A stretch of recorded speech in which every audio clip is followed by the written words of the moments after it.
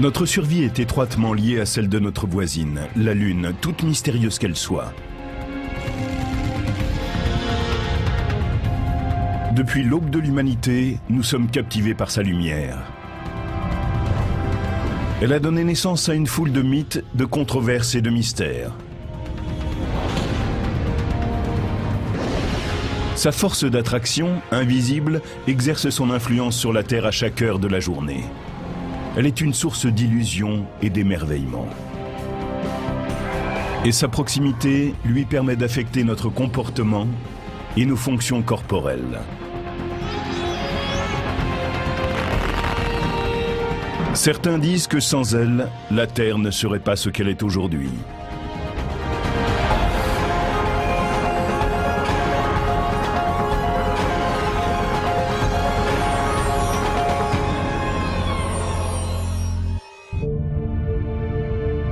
Située à près de 385 000 km de la Terre, la Lune éclipse tous les autres corps célestes dans le ciel nocturne. Quand elle brille, la Lune nous fait rêver et nous émerveille. Cette voisine énigmatique est la source d'innombrables énigmes, encore irrésolues, et de mythes éternels. La Lune est un endroit inquiétant, un lieu mystérieux d'un point de vue humain.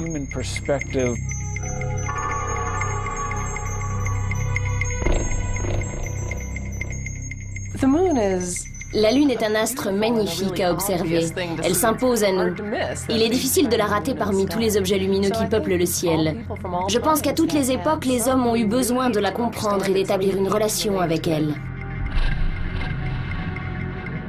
La science apporte parfois des explications empiriques à certains phénomènes de l'univers. Mais les spécialistes sont les premiers à admettre qu'ils n'ont pas toutes les réponses quand il s'agit de la Lune. La science ne cesse de progresser. Nous ne sommes jamais sûrs de nos explications. Si nous connaissons peu de choses au sujet de la Lune, c'est parce que nous l'observons depuis peu de temps. Elle est là depuis 4,5 milliards d'années et nous ne l'étudions que depuis quelques siècles.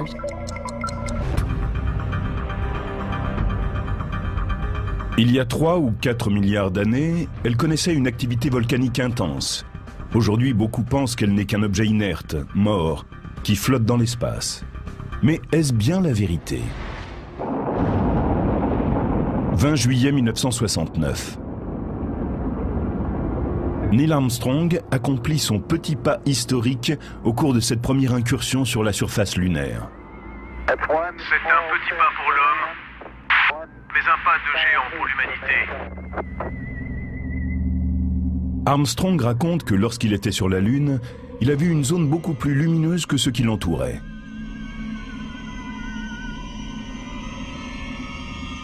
Il a ajouté que cette région lunaire semblait légèrement fluorescente. De quoi s'agit-il ? 40 ans plus tard, personne ne sait exactement d'où provenait cette source lumineuse. Mais les chercheurs ont observé d'autres phénomènes similaires. Il se produit de nombreux événements sur la Lune, comme des luminosités, des changements de couleur et même des émissions de gaz. Certains spécialistes, comme Bonnie Buratti, astronome à la NASA, ne cessent de s'interroger devant ces phénomènes lunaires transitoires, qu'on appelle aussi LTP. Les LTP sont sujets à controverse. Les spécialistes sont très sceptiques à leur égard.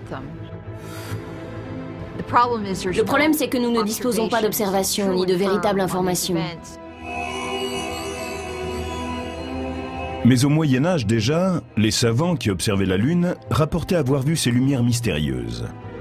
Elles leur apparaissaient généralement dans les régions plus sombres, où le contraste était plus important. Elles durent de quelques secondes à quelques heures. C'est pourquoi il est difficile d'établir avec certitude leur existence.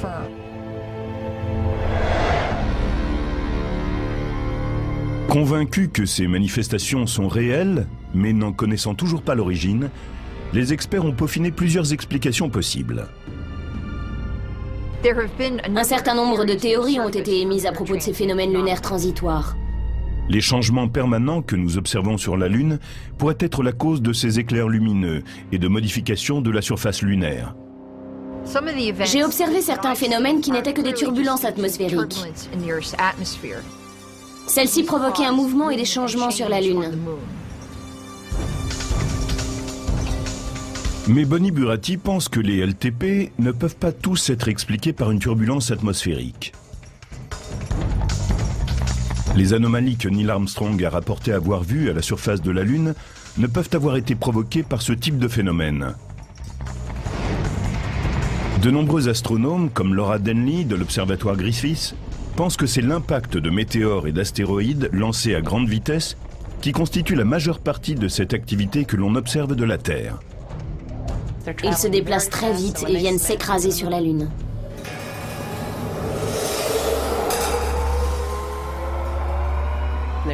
Il se produit alors une grosse explosion lumineuse. Ces explosions, dues à l'impact de ce qu'on appelle des bolides, sont peut-être une explication, mais elles comportent d'énormes lacunes. Certes, nous avons vu ces éclairs lumineux du côté obscur de la Lune, mais nous n'avons pas découvert de cratères qui leur correspondent. C'est sur ce point qu'il y a controverse. Pour l'instant, tous les événements que nous avons observés laissent prise à des équivoques. Il y a une autre explication possible. Quand un météore frappe la Lune et crée un cratère, il se produirait des glissements de terrain qui feraient voler des montagnes de poussière lunaire. Cette fine poussière absorberait et disperserait les rayons lumineux, ce qui nous ferait croire que la surface lunaire s'est simplement transformée. Si un glissement de terrain se produisait sur la Lune, on verrait sans doute depuis la Terre une forme plus sombre, la formation d'un cratère. En d'autres termes, nous verrions le mur d'un cratère, un LTP, et ensuite le mur de cratère détruit. Or, ça n'est encore jamais arrivé.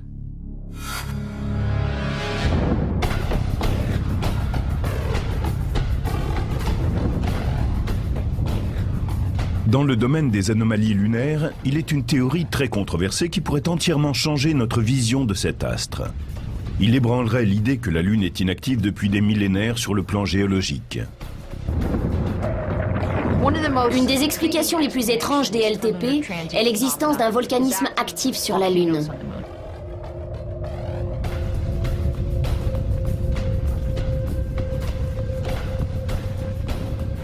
D'un point de vue scientifique, c'est très important, car cela voudrait dire qu'elle est toujours active géologiquement.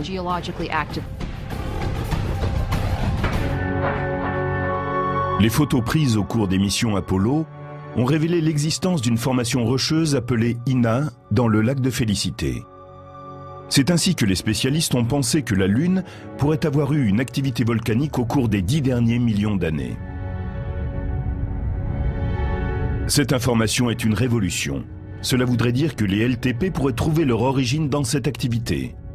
Mais beaucoup de spécialistes demeurent encore aujourd'hui sceptiques.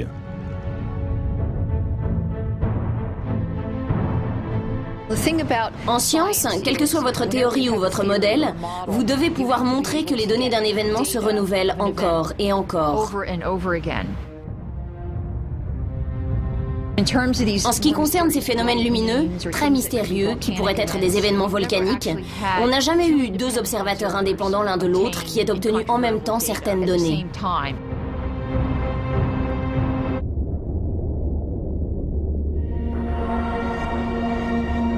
Même si la Lune n'est pas géologiquement active, certains pensent que des gaz sont peut-être restés là après l'arrêt de son activité volcanique.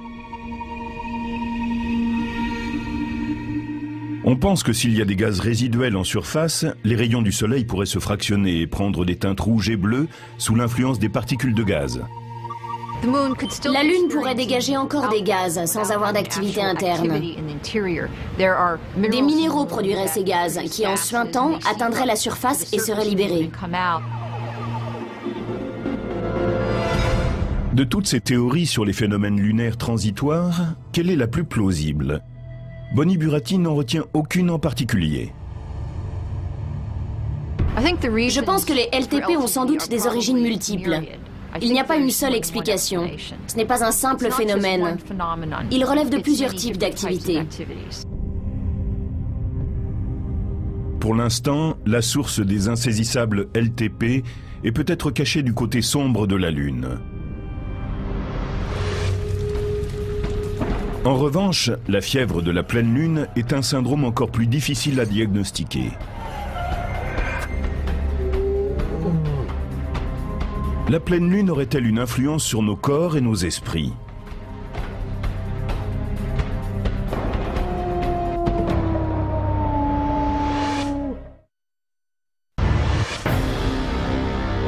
Quand on étudie les mystères qui entourent cet astre, le plus connu et le plus controversé est celui qui accorderait à notre satellite une influence sur notre esprit et notre corps. Nous savons qu'il y a une relation entre la Terre et la Lune. Il n'est peut-être pas aussi extravagant que cela de penser que ces différentes phases, et en particulier la pleine Lune, puissent avoir une influence sur les gens. Il y a une pléiade d'énigmes physiques et psychologiques.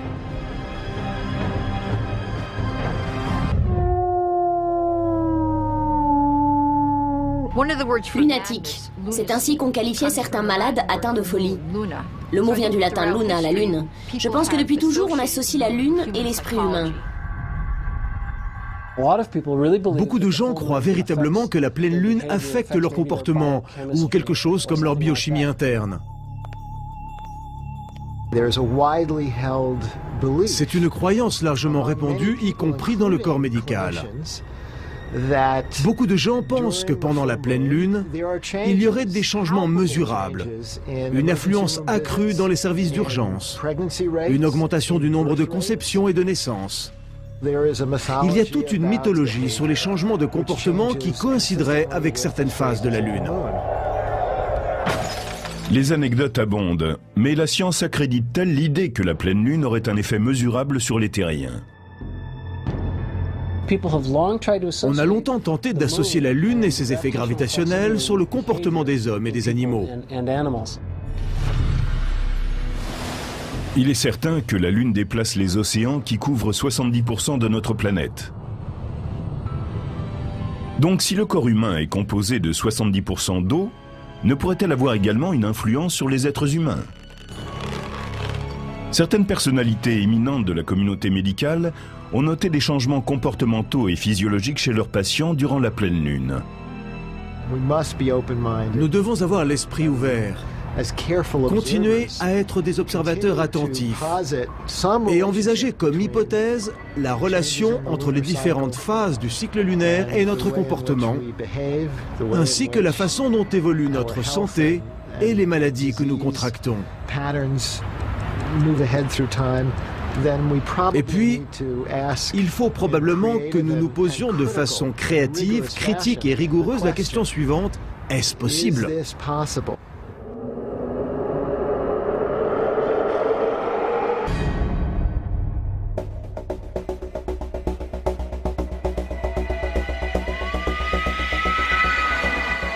Certains membres des forces de l'ordre pensent que le nombre de crimes augmente quand la Lune est pleine. Mais sur le terrain, d'autres n'en sont pas aussi convaincus. Personnellement, je considère que c'est un mythe. Daniel Castro est un policier du commissariat d'Hollywood West. Nous sommes au début d'une nouvelle phase lunaire et il ne croit pas à l'influence de la Lune sur la population. Mais 20 minutes plus tard, il a déjà reçu 3 appels. On vient juste de nous signaler qu'un vol a été commis. Un homme de type hispanique, d'environ 32 ans, vêtu d'un t-shirt de prisonnier orange, ne portant pas de pantalon, mais simplement un slip bleu, a volé un livre.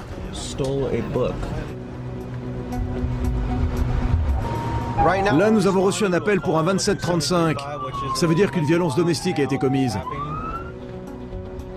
C'est la première agression de ce type depuis un moment. Et ça arrive justement quand c'est la pleine lune. En ce moment, nous sommes en route vers la résidence d'une personne célèbre qui habite dans notre zone. L'appel établit qu'un voisin de la personne en question est en train de jeter des bouteilles dans le jardin de notre informateur.